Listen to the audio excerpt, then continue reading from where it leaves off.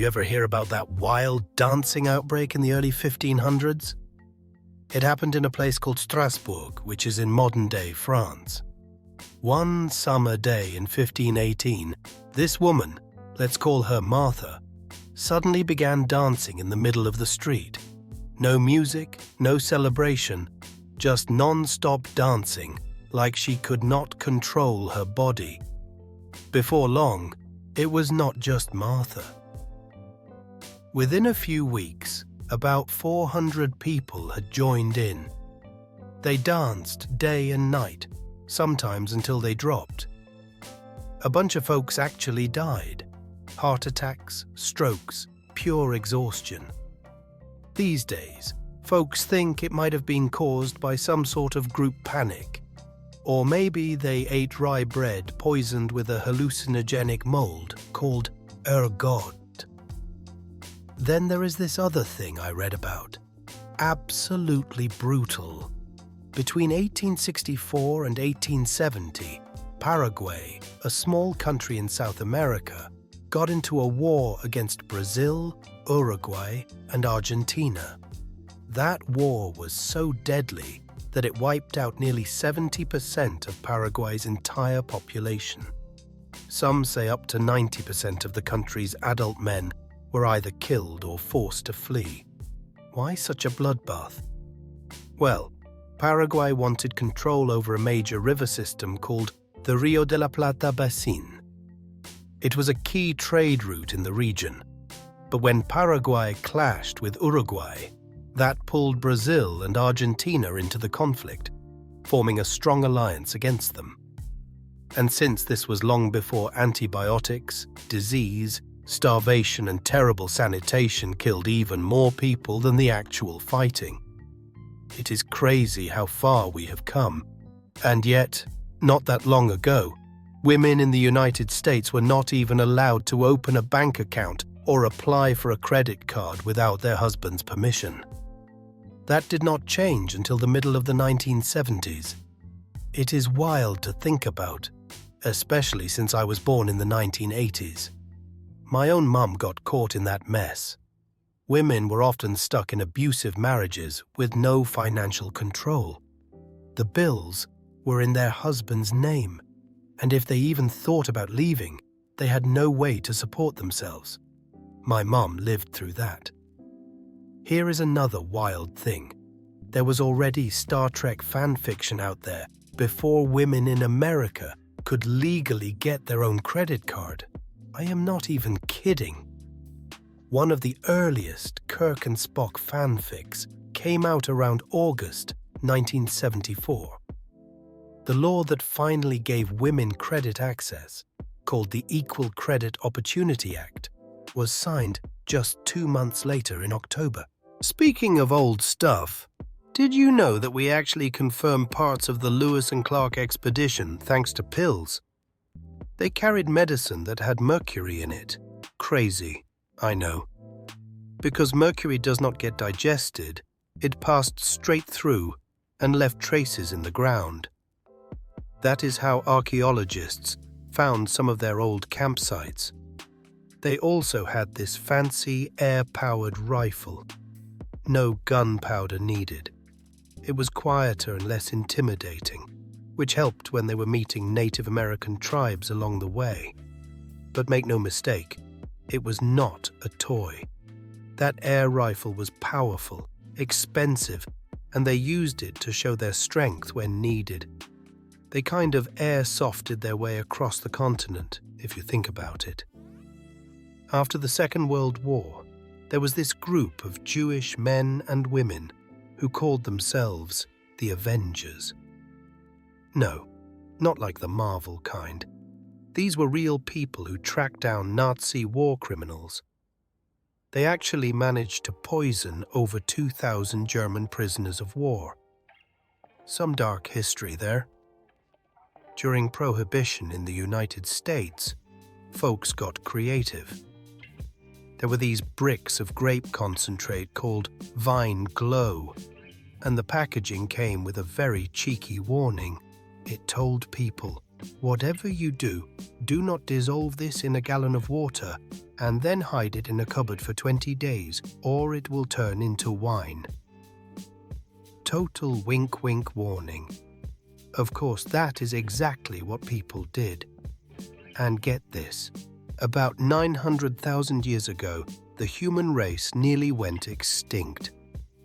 Some scientists believe there were only around 1,280 people on Earth who could still have children. That went on for over 100,000 years. So yes, in a very real way, we are all descended from those folks. Genetic studies even say there is one woman, nicknamed Mitochondrial Eve, whose bloodline is still in all of us today. Every single person alive now is a leaf on that same tree. And do not even get me started on how corrupt things used to be with orphanages. In the United States, many homes used to trick poor and vulnerable mothers into giving up their children. Sometimes they would lie and make women sign papers they did not understand.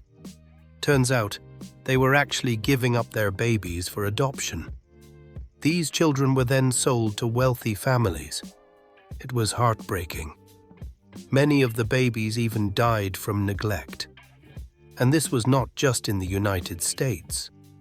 A friend of mine here in Switzerland told me about his grandmother. Her family had a farm, but when her dad passed away, the government took the land and the children. Luckily, her mom remarried and fought hard to find and bring back all of her kids. That kind of thing was more common than most people realize. It still blows my mind that some of the people involved in those historical events are actually still alive. Thankfully, many of them have finally received the recognition and compensation they deserved. That step was long overdue, but it mattered. Now, here is a wild story from my own family tree. On my dad's side, we are directly related to a man named William Price. Back in 1884, after the death of his son, he chose to cremate the body. Folks back then freaked out. People assumed cremation was illegal in England, so they had him arrested. But when William stood in court, he argued that no law actually banned cremation, and he was right.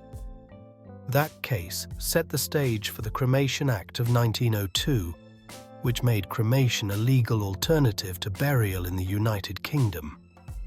I always found it strange that people believed it was illegal without any law to back it up. But the church had a big influence back then. They preached that only a Christian burial could get your soul to heaven, so burning a body was seen as completely wrong. Switching gears. Here is a recent piece of tech history that most people do not talk about enough. Back in the 1980s and 1990s, Microsoft had such a grip on the computer market that by 1997, the United States government was seriously thinking about breaking the company apart. To dodge an antitrust lawsuit, Microsoft did something unexpected. They threw Apple a lifeline. $150 million invested in a struggling Apple computer. At that time, Apple was on the verge of collapse. That investment kept Apple alive, and it helped take some heat off Microsoft. What is funny is, Microsoft eventually sold those Apple shares in 2003 for around $600 million. Sounds like a win, right? But had they held on to those shares, they would be worth over $200 billion today. Just imagine. Earlier today, I was actually talking about this. If someone had invested just $200,000 in Apple stock back in 1997, about the price of a home in Southern California, they would be holding over $2.6 billion in stock today. Even a small investment of $1,000 back then would be worth about $1.3 million now. Insane. And then there is Harry Houdini. The guy was not just a magician. he had a full-on grudge against so-called psychics and fortune-tellers. He despised anyone claiming they could speak to spirits. At one point, he even testified in front of Congress, pushing for laws to make fortune-telling illegal. What changed his mind? After his mother passed away, Houdini tried to connect with her through mediums. But something always felt off. The messages were always in English, even though his mum only spoke Yiddish. Plus, they kept calling him Harry, which was his stage name. His real name was Eric Weiss, and his mother would never have called him anything else. That was when he realized it was all a scam. Here is one of the most polite conflicts in history, the so-called Whiskey War between Canada and Denmark. It was over a tiny rock of an island near Greenland. Every so often, the Canadians would leave a flag and a bottle of whiskey on it.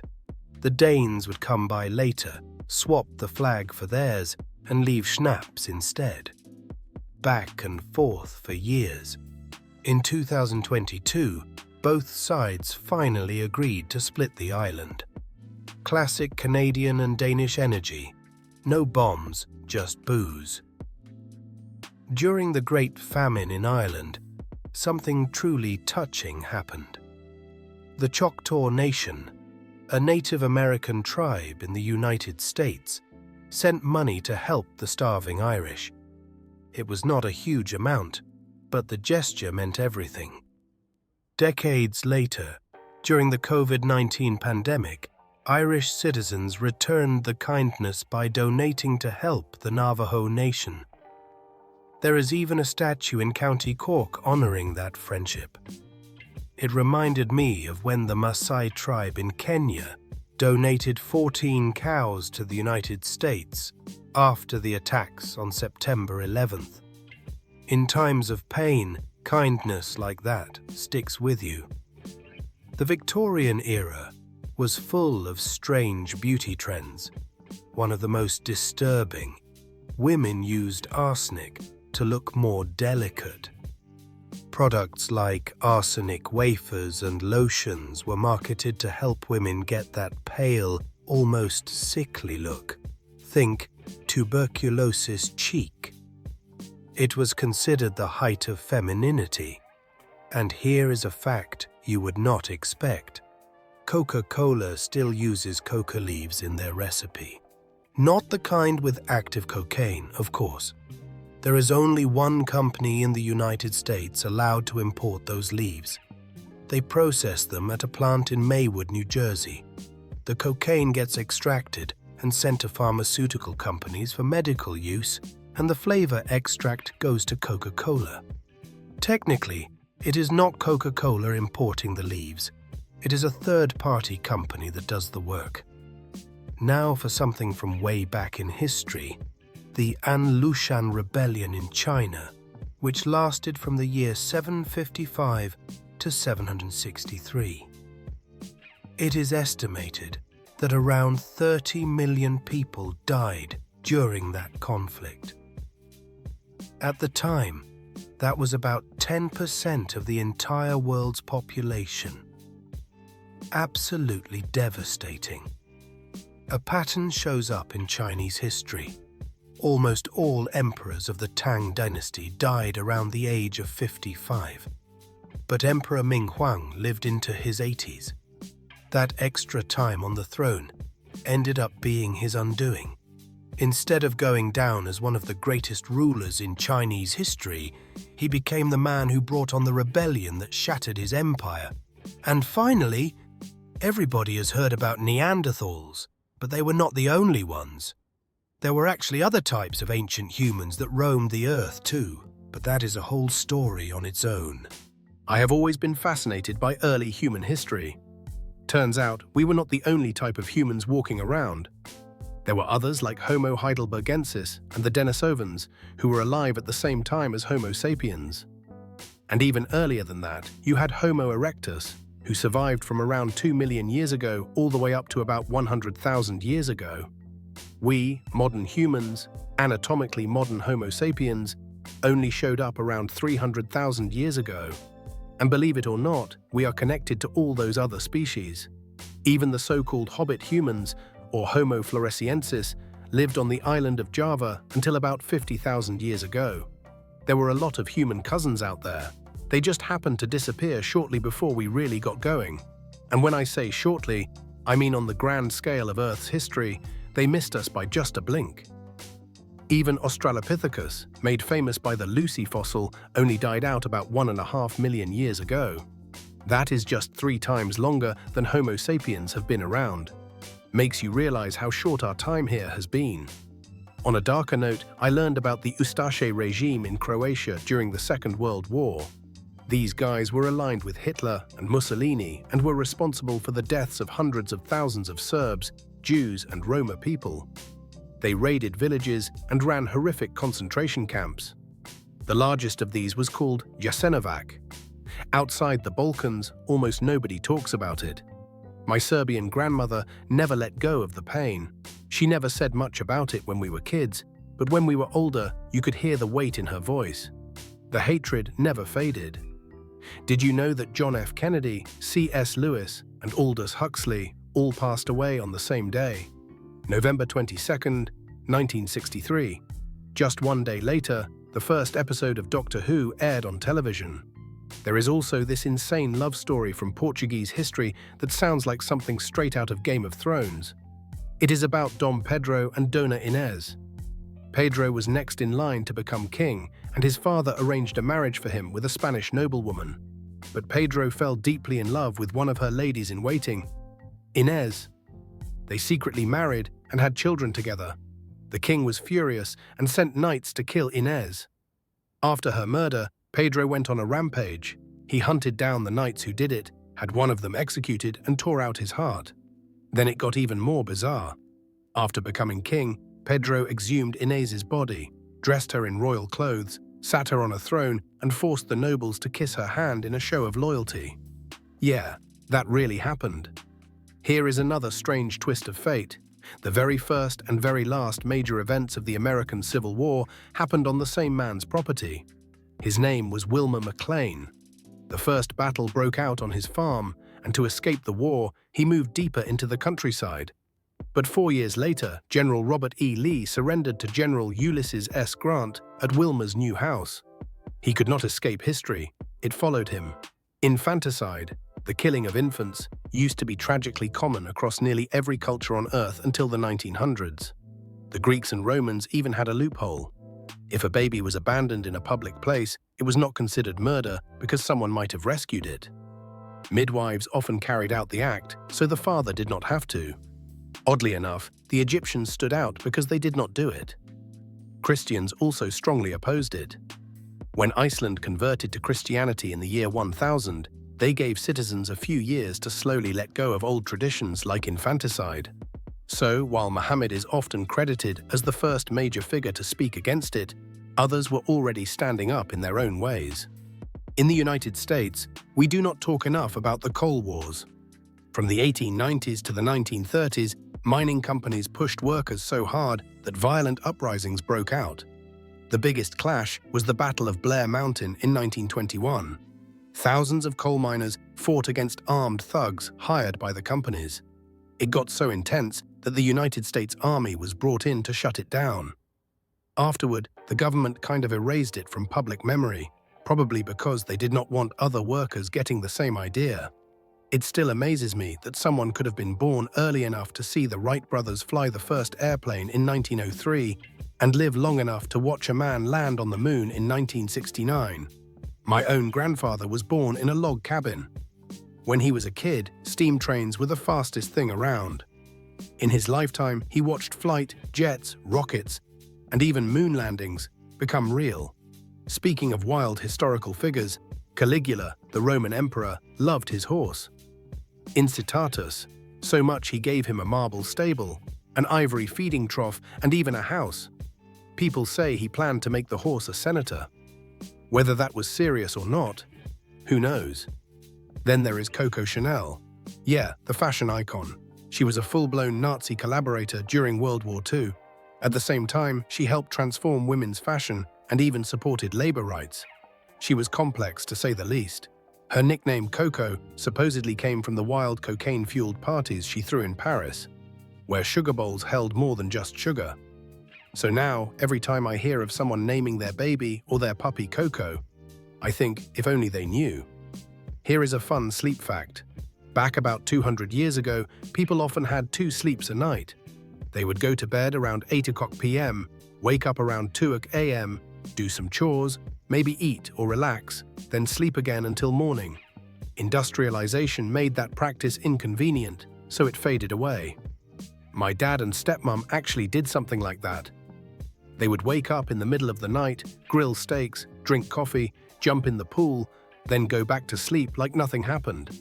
Now here is a bit of modern political betrayal. In 1968, Richard Nixon secretly worked behind the scenes to block a peace deal in Vietnam, just so he could win the presidency. He sabotaged talks between the United States and North Vietnam. That move prolonged the war and cost countless lives. Very few people know this, but it is real. The New York Times even covered it. Same thing happened with Ronald Reagan during the Iran hostage crisis. He interfered with negotiations to make Jimmy Carter look weak, giving himself an advantage in the 1980 election. Dirty politics at its worst. The United Fruit Company, now known as Chiquita, has its own dark history. Back in the 1950s, when left-leaning leaders in Guatemala and Honduras tried to take land back from foreign corporations, Chiquita panicked. They convinced the United States government that it was a communist threat. The US responded by overthrowing democratic governments and installing dictators, all to protect banana profits. That is where the term banana republic comes from. And did you know Thomas Jefferson rewrote the Bible? He created his own version by hand, cutting out the entire Old Testament and removing every mention of miracles. It is called the Jefferson Bible, and you can still find it today. Even Osama bin Laden's father, Mohammed bin Awad bin Laden, started out with nothing and built a construction empire that worked closely with the Saudi royal family. George W. Bush's early oil company, Arbusto Energy, was partly funded by Osama's half-brother. The families actually had business ties before the September 11th attacks. One of the strangest historical power moves? Enrico Dandolo, the Doge of Venice, was over 90 years old and completely blind when he helped lead the Fourth Crusade to conquer Constantinople. He got all of Venice excommunicated after attacking a Christian city. At one point, they needed a bigger ship for a siege weapon, so Dandolo came up with the clever idea of tying 2 ships together. It actually worked. The man was a legend, For centuries, in order to preserve that high, pure singing voice, like a soprano or contralto, boys were sometimes castrated before puberty. It is a horrifying idea today, but it was once standard practice for operatic music. That all changed in 1978 when the practice was officially outlawed. There is a video on YouTube of the very last castrato singer performing Ave Maria. It is haunting and honestly a little unsettling. Here is something from World War II that still amazes me. The United States manufactured such an enormous supply of Purple Heart medals because they expected brutal casualties from invading mainland Japan, that even now, decades later, we are still handing out medals from that same stockpile. The war ended before that invasion ever happened, but the medals were already made and stored. It might sound surprising, but nearly half of all humans who have ever lived, we are talking around 50 billion people, are believed to have died because of mosquito bites, specifically from female mosquitoes. That is because female mosquitoes transmit malaria, one of the deadliest threats to humans in history. Interestingly, back in the 1960s, malaria was almost wiped out. But after DDT was banned due to environmental concerns, malaria came roaring back. Many argue that banning DDT led to millions of preventable deaths. Now, the World Health Organization has approved DDT for use again in 10 countries across sub-Saharan Africa to help fight malaria. When people talk about colonization, they always seem to mention Britain, France, or Spain. But I find it odd that hardly anyone talks about Portugal or the Netherlands, even though both countries had a massive global impact. Portugal especially was colonizing parts of the world as far back as the 1500s. They were leaders in shipbuilding and ocean navigation. And the Dutch, they were some of the most aggressive players in the slave trade. It is shocking how few people know this, especially considering Dutch soldiers were still wiping out entire African villages well into the 1940s. I guess windmills and wooden shoes are easier to put on postcards than stories about genocide. Here is a twist to the California gold rush you may not have heard. James Marshall did not actually discover the gold at Sutter's Mill. A kid named Peter Weir found it first while playing near the construction site. His family showed the gold to Marshall, who confirmed it was real. The kid's family cleaned it by boiling it in water, just like Marshall suggested. The Mormons who were helping build the mill recognized what it was and reportedly abandoned the site to go search for gold themselves. Later in life, Peter ended up fighting for the Confederate Army in the Civil War. I came across his story while doing some research and even found a journal that mentioned it.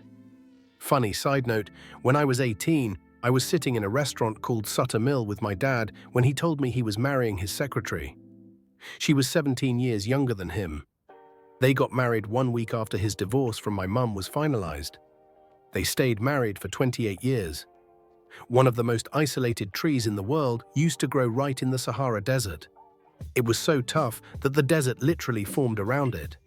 The tree survived thanks to an incredibly deep root system. But no sapling could ever grow there again because the conditions were just too harsh.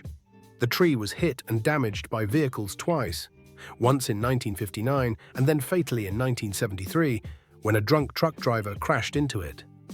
After it fell, they put up a sculpture and a plaque to mark where it stood. There was something known as slave suicide season in the United States, a time of year when there was less farm work to do and enslaved people were sold off. Families were torn apart. It is one of the darkest, most painful parts of American history. Did you know that in 1900, the average life expectancy in the United States was just 46 years for men and 48 for women? But that number is misleading. Most people did not just drop dead in their 40s. The real reason life expectancy was so low was high infant mortality. If you survived childhood, your chances of living a long life were actually decent. On the Apollo 11 mission, something unbelievable happened.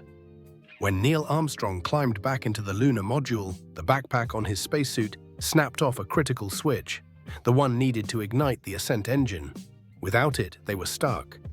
Buzz Aldrin saved the day by jamming a pen into the broken switch, which got them off the moon. Here is something that hit close to home.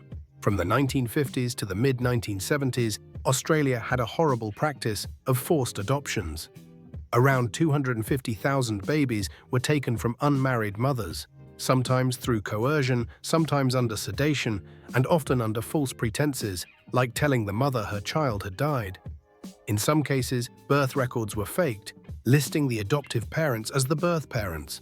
And even though the official practice ended in the 70s, I know for a fact it continued into the 1980s.